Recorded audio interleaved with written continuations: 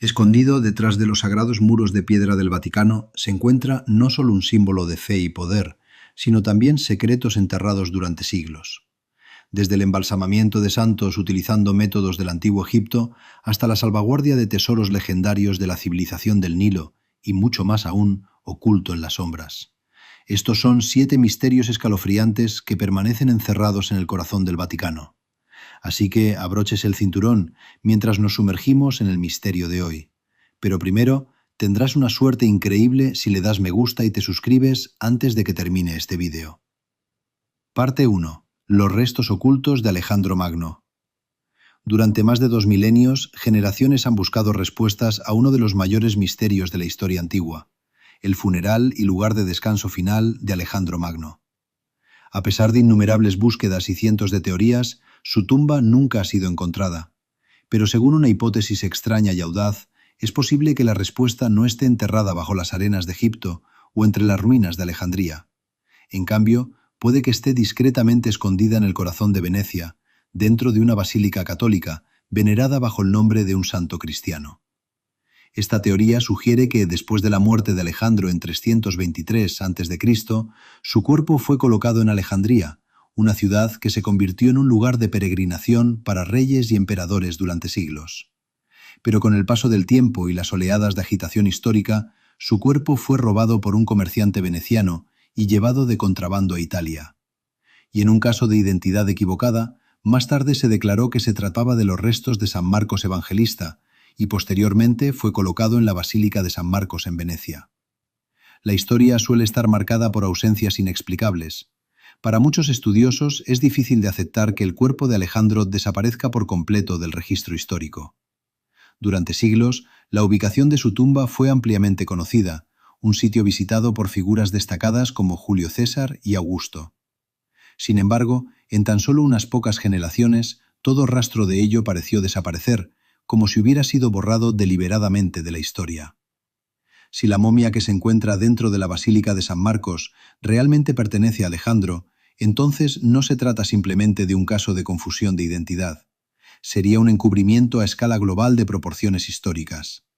Y si la teoría es cierta, entonces durante cientos de años, creyentes devotos han ofrecido oraciones sin saberlo ante el cuerpo, no de un misionero cristiano, sino de un emperador que una vez incendió el mundo con el fuego de la ambición y la gloria. Parte 2. La teoría de Horus. A lo largo de la larga historia de la humanidad, las historias religiosas han formado la base de la cultura y la moralidad.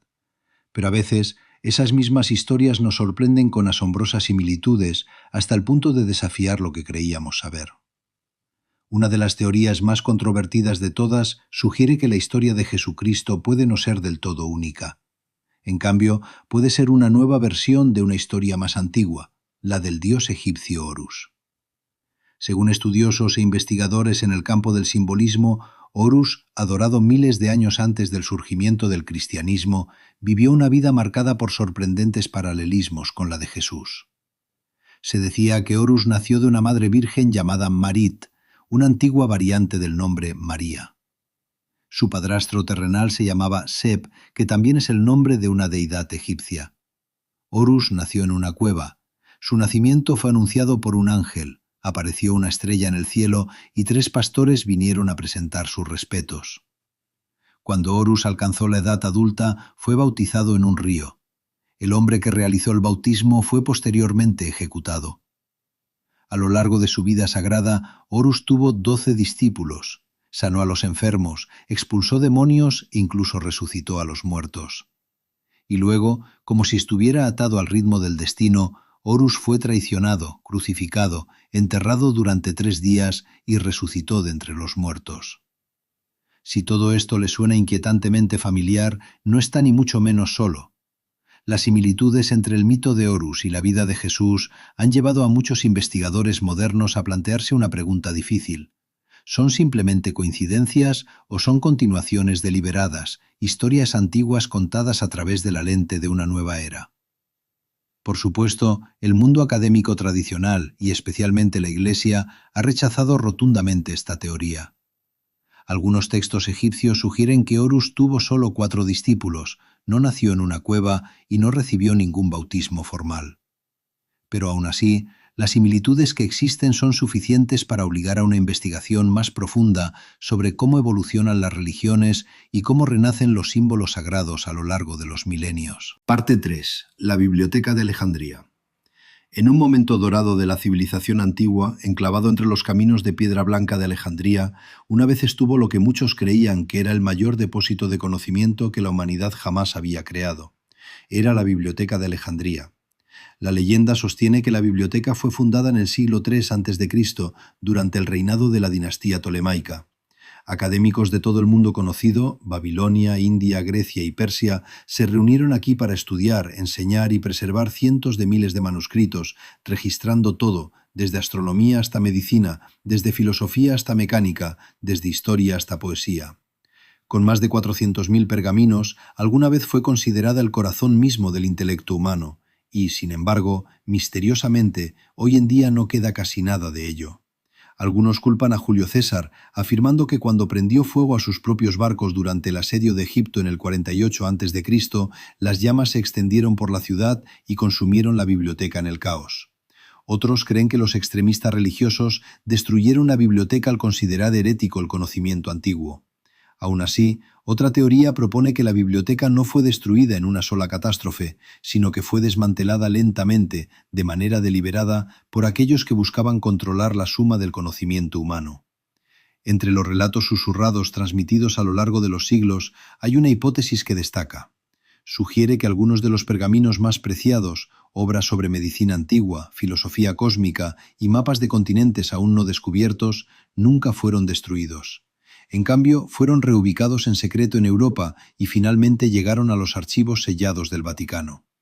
El Vaticano nunca ha confirmado ni negado esto, pero quienes han estudiado su legendario depósito saben que existen salas ocultas, fuertemente custodiadas, que contienen manuscritos de las épocas medieval y renacentista y posiblemente incluso de tiempos mucho más remotos. Parte 4. El Museo Egipcio del Papa Gregorio.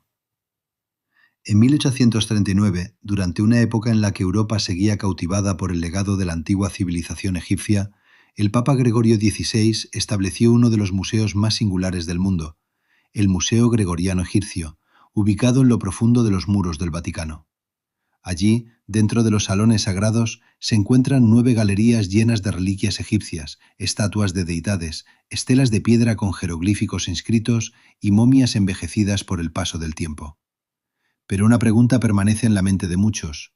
¿Cómo llegaron los tesoros de una civilización situada a miles de kilómetros de Roma a residir en un museo de la Santa Sede? La respuesta es una que incomoda a muchos. Eran botín de conquista y dominación.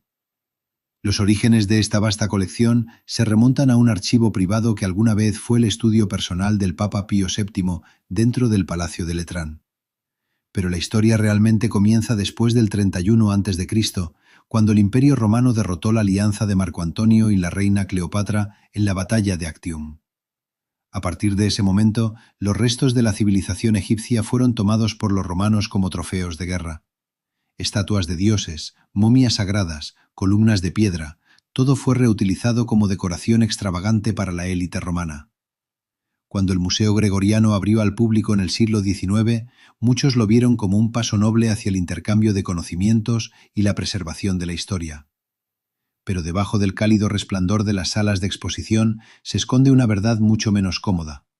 Estos artefactos fueron tomados de una tierra lejana y traídos de regreso a través de la espada y la autoridad de quienes habían conquistado. Y hoy, mientras los egipcios modernos continúan luchando por la devolución de lo que una vez les fue arrebatado a su patria, esas antiguas reliquias permanecen en silencio en el corazón del Vaticano, como testigos mudos de una época en la que la apropiación estaba velada en nombre de la preservación. Parte 5. Las enseñanzas prohibidas de Jesús. En un desolado montón de basura bajo los vientos abrasadores del Son de Egipto, entre trozos de papiro podridos, recibos de compra de burros y registros fiscales del siglo V, los arqueólogos hicieron un descubrimiento sorprendente. Un extraño manuscrito, escrito en griego antiguo, con las sílabas separadas por pequeños puntos, como si hubiera sido preparado para una lección de lectura elemental. Pero la sorpresa no vino de la forma del escrito, sino de su contenido.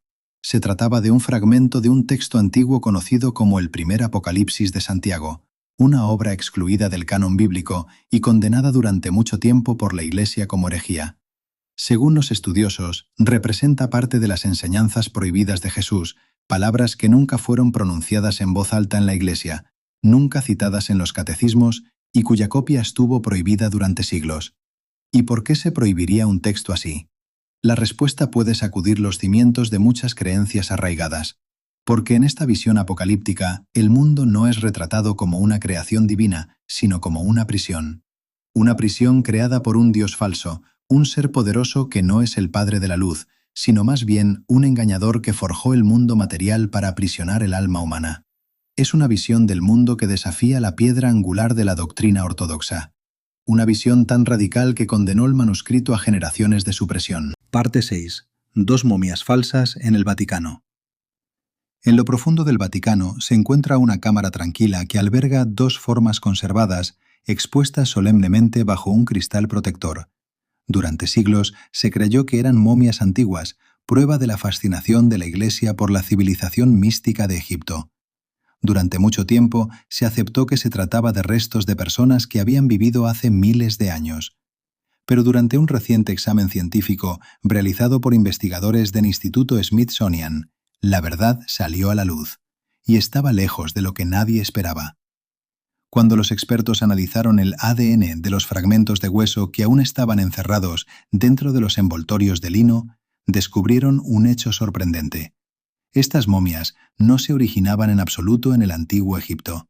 En cambio, eran los restos de un hombre y una mujer que habían vivido durante la Edad Media, hace apenas unos 500 años, una época en la que Europa atravesaba profundos cambios en religión, guerras y plagas.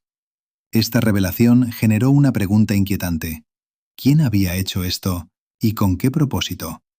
La respuesta puede encontrarse en una extraña fiebre cultural que se apoderó de la Europa del siglo XIX, un período dominado por lo que se conoció como la manía de las momias, un fenómeno en el que las momias se convirtieron en posesiones preciadas, exhibidas en museos, salones aristocráticos e incluso molidas hasta convertirlas en polvo para su uso como la llamada medicina.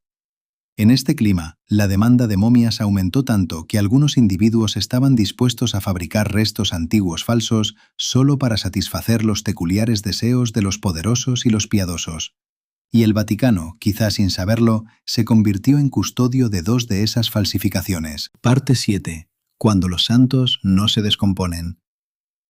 En la tradición católica, la incorruptibilidad de un cuerpo después de la muerte ha sido considerada durante mucho tiempo como un posible signo de santidad absoluta. En siglos pasados, un fenómeno así era visto como nada menos que milagroso. Pero dentro del Vaticano, poco a poco ha ido saliendo a la luz una realidad más sobria.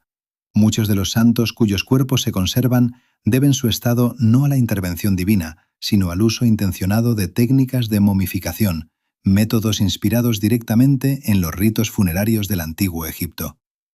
Uno de los ejemplos más llamativos es el cuerpo del Papa Juan XXIII, fallecido en 1963.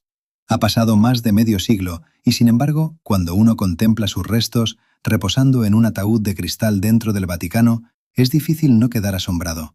Parece casi intacto por el paso del tiempo, como si durmiera pacíficamente en un sueño sagrado.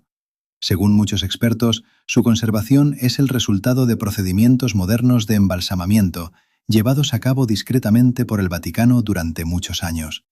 Se cree que entre 1975 y 2008, un grupo secreto de especialistas dentro del Vaticano embalsamó al menos a 31 santos y figuras prominentes de la Iglesia. Esto no es una simple especulación. Es un hecho documentado, aunque el Vaticano nunca ha discutido abiertamente esta práctica con demasiada profundidad. Sin embargo, no todos los intentos tuvieron éxito. Cuando el Papa Pío XII murió en 1958, su cuerpo fue embalsamado mediante un método que pretendía imitar el entierro de Jesucristo. Envuelto en lino y sellado dentro de un espacio cerrado, su cuerpo debía permanecer intacto. Pero el resultado fue un fracaso catastrófico. El cadáver comenzó a desprender un olor insoportable. Según los informes, uno de los guardias se desmayó debido al hedor y la nariz del Papa se deterioró hasta el punto de desprenderse. Aún así, el Vaticano ha seguido defendiendo el concepto del cuerpo incorrupto, ya sea logrado por medios naturales o artificiales. Para algunos, esto representa la forma más elevada de reverencia, pero para otros plantea una pregunta inquietante. ¿Manipular la naturaleza para fabricar un símbolo de lo milagroso traiciona, en última instancia, el espíritu mismo de la fe que se pretende honrar? Si lo que acabas de escuchar te hizo detenerte a reflexionar sobre los misterios enterrados de la historia, no dudes en compartir tus pensamientos en los comentarios. Y si deseas continuar este viaje con nosotros, explorando verdades ocultas e historias que rara vez se cuentan, asegúrate de suscribirte y activar la campana de notificaciones. Nos vemos en la próxima historia.